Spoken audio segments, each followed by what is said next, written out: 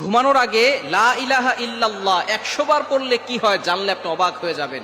এটা যদি আপনি জানেন তাহলে আপনি কখনোই আমলটি আর ছাড়বেন না।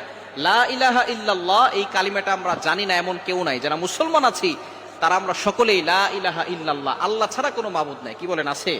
এই লা ইলাহা ইল্লাল্লাহর এতটা ফজিলত নবীজি সাল্লাল্লাহু আলাইহি ওয়াসাল্লাম জানিয়ে দিয়েছেন।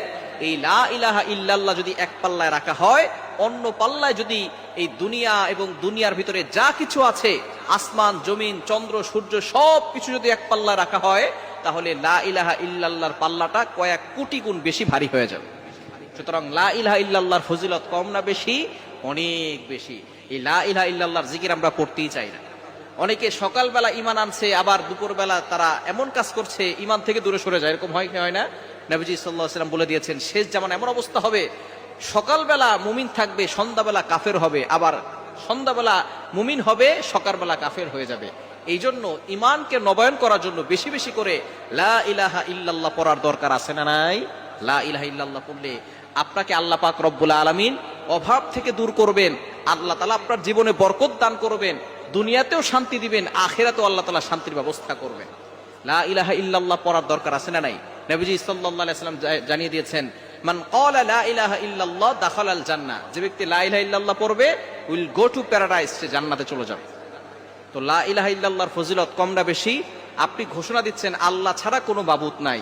সুতরাং এই লা ইলাহা ইল্লাল্লাহর মাধ্যমে আপনি আল্লাহর নৈকট্য অর্জন করবেন, আপনি আল্লাহ তাআলার সাথে সম্পর্ক বৃদ্ধি করতে পারবেন। শুধু তাই নয়, নবীজি সাল্লাল্লাহু আলাইহি ওয়াসাল্লাম জানিয়ে দিয়েছেন, যে ব্যক্তি লা ইলাহা ইল্লাল্লাহ 100 বার পড়বে, কিয়ামতের ময়দানে তার চেহারা পূর্ণিমার চাঁদের থেকেও বেশি উজ্জ্বল হয়ে যাবে।